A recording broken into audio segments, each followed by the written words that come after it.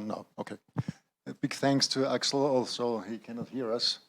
And we go straight to the next presentation, which comes from Jovan Andevski. It's also online. He's not able to be here, but it's live. So please try to start him.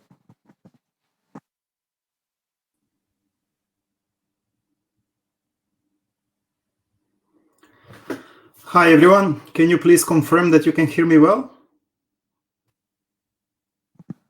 Confirmed. Excellent. So thank you very much for the invitation. I just want to say in the beginning that I'm a big fan of the Eurokite project. I've been there around since the beginning. And I just want to use this opportunity to congratulate for the amazing success and amazing network that this project have managed to create. So I'm focusing on vultures. I represent the Vulture Conservation Foundation, and all I have done in my working experience of 20 years is vulture conservation. But I can assure you that is very much relevant for the all issues and threats related with the kites as well. So although it was not easy, but I will try to summarize vulture conservation work done over the last 30 years, and particularly say a few words on the wildlife crime, a topic that was mentioned a few times. So these are vultures. I'm sure that all of you are familiar with vultures. For some people, they look nasty, they don't look nice, but for me, they look amazing. And please be aware that you can like them or not, but they are amazing species with amazing role in the ecosystem. So this slide doesn't go against WWF. Please don't take it negatively, but I'm trying to actually show you, or even for people that are not very much into nature conservation or conservation of species, to explain why vultures are important. You know, they are quite big species, visible, and we are aware 30 years ago that they are under extreme pressure. You know, they are one of the most threatened group of birds. We do have evidence that vulture populations are declining or were declining in Europe, but currently are still declining, particularly in Asia and Africa.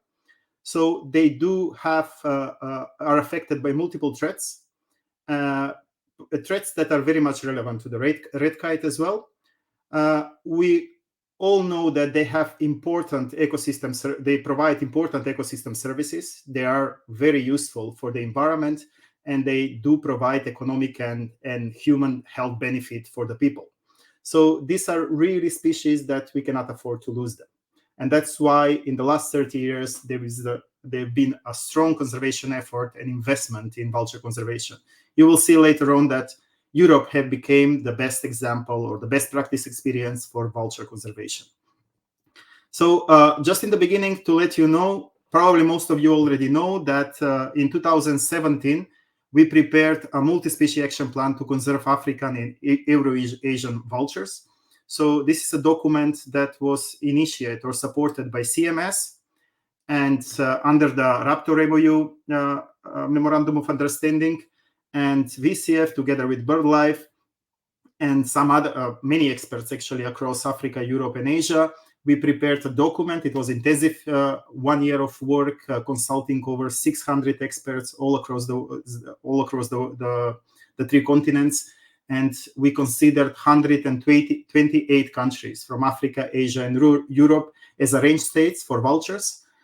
You know that CMS is Convention for Migratory Species, and from that point, vultures were considered as a migratory species. You know, CMS definition for migration is more political than ecological. So all species that can move through borders are considered to be migratory.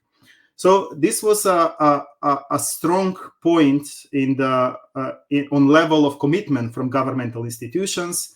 And in 2017, at the COP in Manila, all range states or signatories of the CMS Convention voted and adopted the Vulture Multi-Species Action Plan.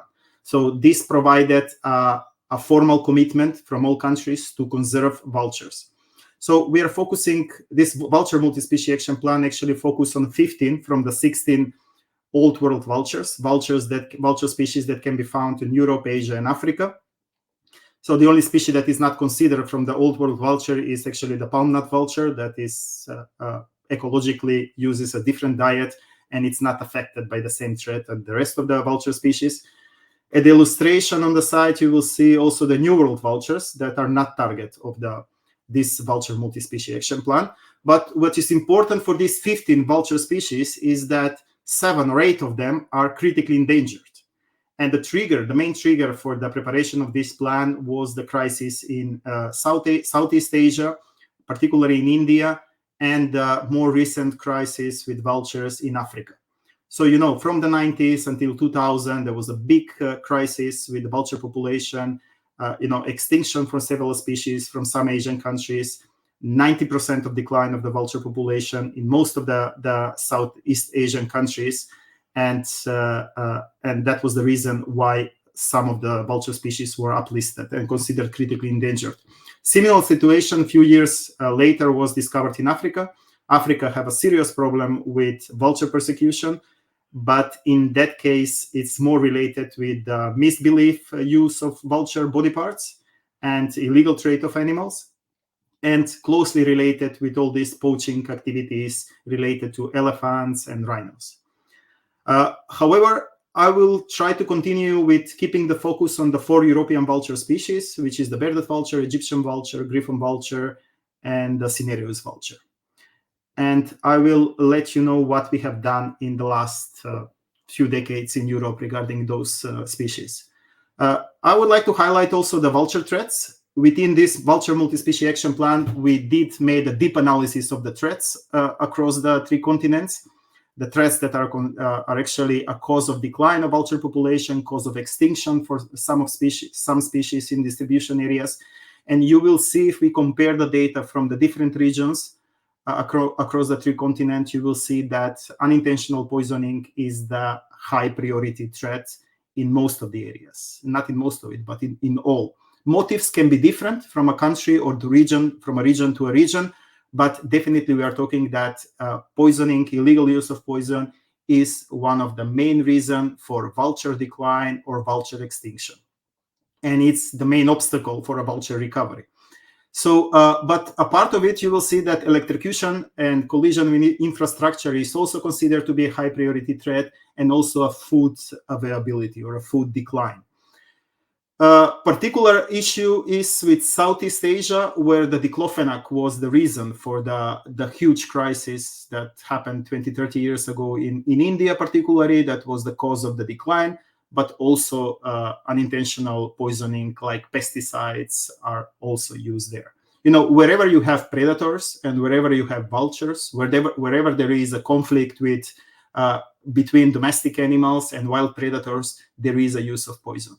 I always say that this is a plan that is focusing only on vulture species because you know that they have a limited distribution area.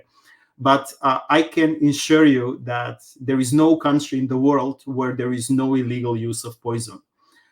Vultures are amazing because they are big and they're easy noticeable. So when you have massive poisoning or 50 vultures, that's something that captures the attention from the audience, captures the attention from the authorities. But you cannot imagine the amount of small birds that are poisoned or killed in any other way that have never been found in the field.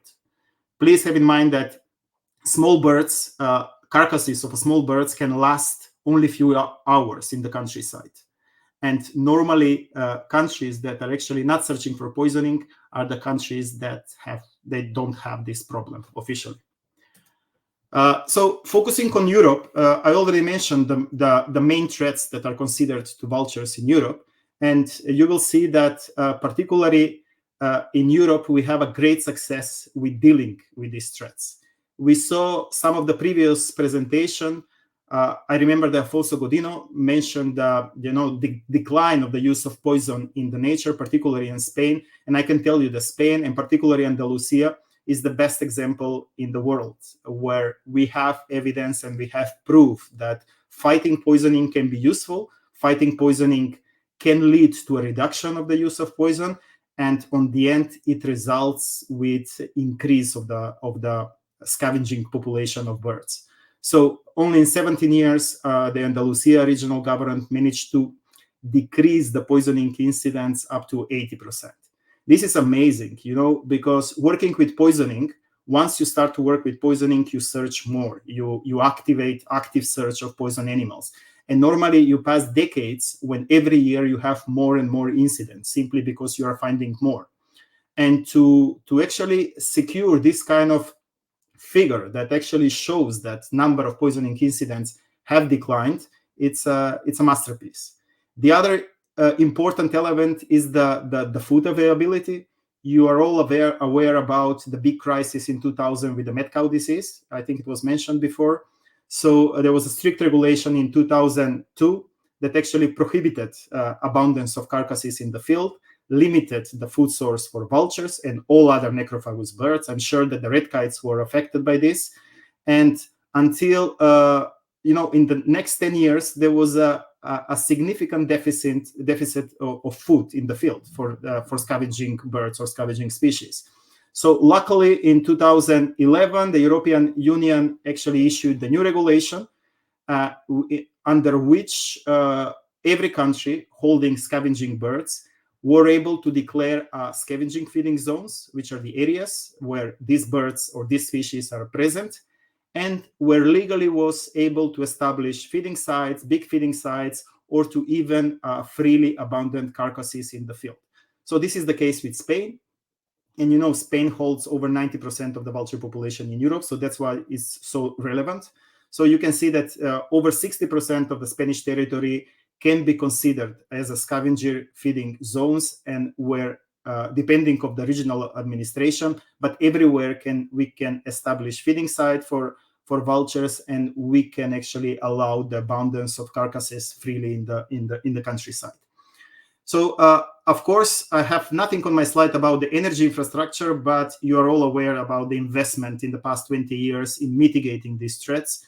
Particularly in Spain, there is lots of work done on not only mitigating the electrocution and collision by isolation of pylons and lines, but also with substitution, which actually showed that it's the best way to actually mitigate these threats, just to substitute the pylons, which is very expensive, but it's very effective on the end. So all this contributed to the vulture conservation in Europe, and particularly in Spain. And thanks to all this work, amazing work, have benefited a lot of species. Thanks to the legal protection in Europe, we all mentioned and we all know that the Bird Directive and the Habitat Directive are implemented in all EU member states.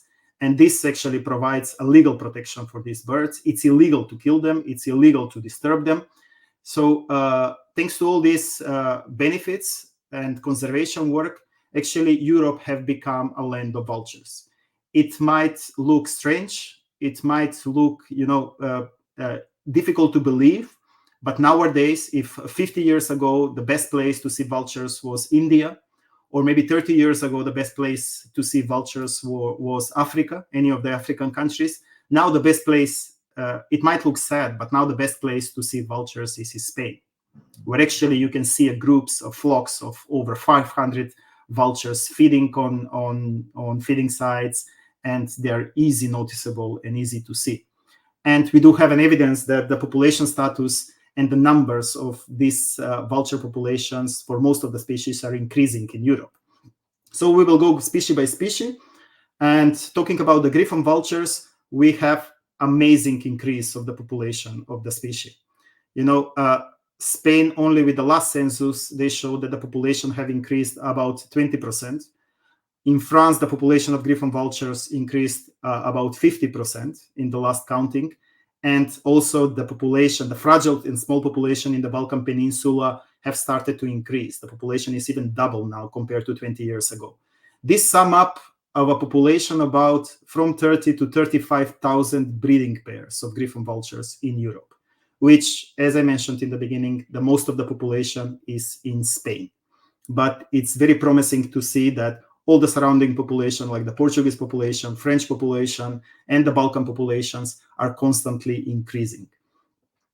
That's not the case, of course, in the Middle East, particularly in Turkey, and North Africa, particularly in Morocco. There is lots of effort behind this. This is not something that happened by miracle. Griffon vultures, particularly 30 years ago, were extinct in most of their distribution range in Europe, and the populations were not that strong as they are now in in Spain. So there was a lot of effort in the 80s and the 90s on the reintroduction of this species in France. Then in 2000 started the project of reintroduction of this species in Bulgaria. A few years ago, we started a restocking project in Sardinia, where the population was very small. And then a few years ago, we started a restocking project in Cyprus, where there were only few birds available. Working with the Griffon vulture, it's relatively easy because there is still a good source of birds from the wild. So talking about this project were not able to happen if we didn't have the collaboration with the Spanish authorities, with the Junta of Extremadura, Junta of Andalusia, and particularly thanks to AMUS, which is a partner in this project. AMUS is our main partner for securing birds and organizing all these transports from Spain to other countries where populations have been extinct. And I have to say that so far we have transported over 500 Griffon vultures coming from Spain, destinated to projects elsewhere. Cinereus vulture, I didn't mention that the Griffon vultures have actually the population only in the last 20 years. It's marking 200% of increase, so which is amazing. The similar situation is with the Cinereus vulture, with our next species, and I can tell you that the population is continuously increasing in Spain. Spain is now counting about 3,000 breeding pairs. Only in Extremadura, in the place where I live, in the province of Cáceres, there is 1,000 of breeding pairs, which is amazing. You know, there is no this kind of density even in Mongolia, which was considered to be the Cinereus vulture stronghold. Population of Portugal is increasing significantly, you know, simply because they are implementing active conservation measures, but also bordering Spain.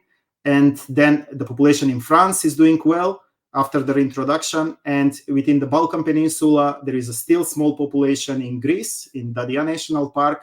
And we did manage to actually reintroduce the species in Bulgaria again. After 100 years, it was reintroduced in the Balkan Mountains, and there is currently 6 pairs successfully breeding in this area. Population in Turkey is declining, of course, but what we consider as Europe, the population is increasing and recovering. Lots of conservation effort again. In France, there was a reintroduction project in the 90s. You know, France is the country that in the 40s lost all vulture species, but due to intensive conservation work, they recovered the species. There was a restocking project in Mallorca. There was, I already mentioned the Bulgarian project. Okay.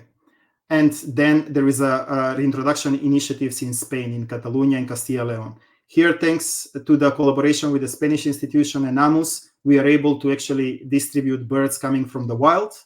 And this makes this reintroduction projects possible and feasible. Bearded vulture, it's our umbrella species that it's a great species for a vulture recovery and good practice in vulture conservation. You know, the species was extinct 30, 40 years ago in most of its distribution range. A part of the Pyrenees was not able to be, it was only able to be seen in the Crete Island in Greece, but thanks to the 40 years of intensive conservation effort, it was reintroduced in the Alps. Now the Alpine population is over 65 pairs.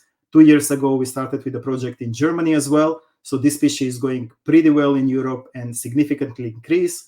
Also, it's been a reintroduction project in Andalusia, in southern Spain, Maestrazgo, and from next year, we are starting with reintroduction of this species in Bulgaria. Egyptian vulture it's bringing a less positive story. You know that the species is either stable or declining across Europe, relatively stable in Spain and Portugal, but population has started to decline in France, and it's severely declining in the Balkan Peninsula and Italy. I need to speed up. And there's been a lot of conservation efforts concerning the Egyptian vulture. There is some experimental releases have started in Italy and Bulgaria, and there is a massive conservation effort in the Balkans and the Middle East implemented by the Egyptian Vulture Life Project. All this data can be found in a report at our website, and I just want to use a minute to actually say something about the wildlife crime. Main threat to vultures is poisoning and the persecution in general. Within the Balkan Detox Life Project, we initiated a Wildlife Crime Academy, and we managed to train 14 countries, to train officials from these countries. We have standardized courses together with the Junta of Andalusia and the Central Ministry in Madrid. And we compiled all the experience, best practice experience from Spain, and we are recruiting police officers, laboratory workers, forensic investigators to actually pass these 3-level courses in Spain and try to increase their capacities in order to fight wildlife crime. And I think this is important. You all mentioned that the wildlife crime is an issue, but I can assure you that this is a problem, and it's quite frustrating to see that all across Europe, particularly in European Union countries, to see that wildlife crime is still not considered as an important crime. And not being considered means that law enforcement is quite low. I didn't know that law enforcement can be optional in Europe. So it's a big critic to all these countries that are actually facing wildlife crime and not dedicating resources to investigate properly this crime and to bring the suspects to the court. I do believe that is the only way for nature conservation. We have spent years and lots of millions in recovering vultures, but until the governmental institutions don't commit and make real enforcement of the law and provide real protection for these species, I think that this conservation work cannot be sustainable. This is what have been invested in Europe for the past 30 years. So we are talking about over 200 of millions of euros invested in vulture conservation. So it's just for you to get a sense how vultures are important. And just for you to get the picture that when you invest in conservation of species, there is a positive result. So this is the reason actually why we still have strong vulture populations in Europe. And thank you very much. I'm happy to answer any questions that you might have.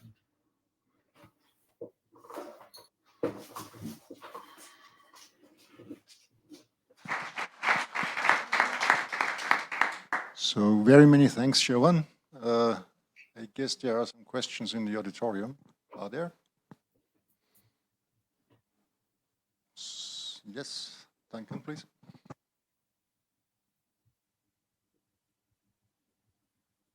In my job is to manage the RSPB's investigations team that work with the police to investigate wildlife crime in the UK. And particularly I'm involved in Scotland. And it's just to say with the increase in satellite telemetry work in Scotland, we are seeing a major change in behaviour of wildlife criminals. So illegal poisoning is gradually dying out because the fear of detection is so large. If you put out poison baits, the risk of getting caught is quite high. So we are seeing changes of behaviour now towards more shooting and trapping. I wondered if that's the case in other European countries, people represented in this room. Can I make a reflection? It was about the reasons. Trapping, because poisoning is getting less important in the UK in terms of the risk of getting caught is higher. Is this also in other countries the case? Yeah, because of the satellite tagging, the chance of getting caught as a poisoner is higher. So is this also the case in other countries, and is this also valid for other reasons like trapping? I can share a comment if I can.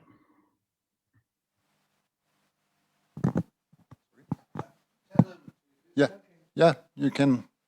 Okay, so I'm a bit skeptical about that, to be honest, because with telemetry, it seems that victims can be convicted easily, but this is not that easy in practice. So we don't have that many poisoning incidents that have been resolved or brought to the court. We should have in mind that this pharmaceutical industry in the agriculture is becoming also creative. And poisoners, people that are using poisoning as a method to control predators, are also becoming smarter and more creative. There is something that we call here telepoisoning, which is poisoners are using exact amount of poison in the poison baits so that ensures that the animal will not die here, that will die elsewhere in a few hours or the next day. So I think that decline of poisoning, it's most of it due to the enforcement work. and the commitment from the authorities. Okay, thanks a lot. Duncan, was this an answer to your question?